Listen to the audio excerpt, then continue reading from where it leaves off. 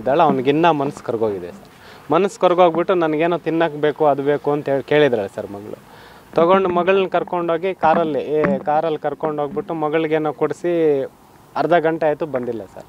ಅರ್ಧ ಗಂಟೆ ಆಯಿತು, 1 ಗಂಟೆ ಆಯಿತು. ಮನೆಯವ್ರಿಗೆ ಸ್ವಲ್ಪ ಭಯ ಆಗಿದೆ, ಇವನಿಗೆ ಗಾಬರಿಯಲ್ಲಿ ಏನಾದರೂ ಹೆಚ್ಚು ಕಡಿಮೆ ಮಾಡ್ಕೊಳ್ಳೋಣ ಅಂತ ಫೋನ್ ಮಾಡಿದ್ರೆ ಫೋನ್ ಲಿಫ್ಟ್ ಮಾಡ್ತಾಯಿಲ್ಲ.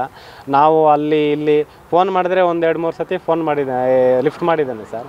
ನಾನು ಮಾಡಿದಾಗ ಲಿಫ್ಟ್ ಮಾಡಿ ನಿನಗೇನು ಬೇಕು ಹೇಳು, ನೀಕೇಮ್ ಕಾವಲ್ಲ చెప్పు ಅಂತ ಹೇಳಿದಾಗ ನಾಕೇಮ್ ವದ್ದಪ್ಪ ಬಿಡ್ನಿ, ಮಗುನ ಕರ್ಕೊಂಬಾ, ಆ ಹುಡುಗಿ ತಪ್ಪು ಮಾಡಿರೋಳೆ ಓಡೋಗಿದ್ದಾಳೆ, ಆ ಹುಡುಗಿನೇ ಖುಷಿಯಾಗಿರುವಾಗ ಏನು ತಪ್ಪು ಮಾಡಿಲ್ಲೋ, ನೀನು ಮಗುಗೋಸ್ಕರ ಆದಾಗ ಬದುಕಪ್ಪ, ನೀನು ಮಗುನ ಕರ್ಕೊಂಬಾ ಆಮೇಲೆ ಮಾತಾಡೋಣ ಅಂತ ಹೇಳಿದಾಗ, ಇಲ್ಲಣ್ಣ ನನ್ನ ಹೆಂಡತಿ ಅವನ ಜೊತೆ ಓಡೋಗಿದ್ದಾಳೆ, ನಾನು ಊರಲ್ಲಿ ಹೆಂಗೆ ತಲೆ ಎತ್ಕೊಂಡು ಬದುಕೋದು, ಹೆಂಗೆ ತಲೆ ಎತ್ಕೊಂಡು ಬದುಕೋದು, ತುಂಬ ನೊಂದ್ಕೊಂಬಿಟ್ಟು ನಾನು ಮಗುಗೆ ತಿನ್ನೋಕ್ಕೇನೋ ಕೊಡಿಸಿದ್ದೀನಿ ಸರ್, ನಾನು ಕಾರಲ್ಲಿ ತಿಂತಾಯಿದ್ದಾಳೆ, ನಾನು 1 ಅವರ್ ಎಣ್ಣೆ ಕುಡಿತಾಯಿದ್ದೀನಿ, ನಾನು ಬರ್ತೀನಿ ಮನೆಗೆ ಅಂತ ಹೇಳ್ಬಿಟ್ಟು ನನಗೆ ಫೋನ್ ಮಾಡಬೇಡಿ, ಡಿಸ್ಟರ್ಬ್ ಮಾಡಬೇಡಿ ಅಂತ ಹೇಳಿದೆ ಸರ್.